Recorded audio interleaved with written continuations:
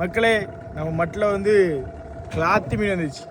இந்த கிளாத்தி மீனுக்கு ஃபேமஸானது கன்னியாகுமரி.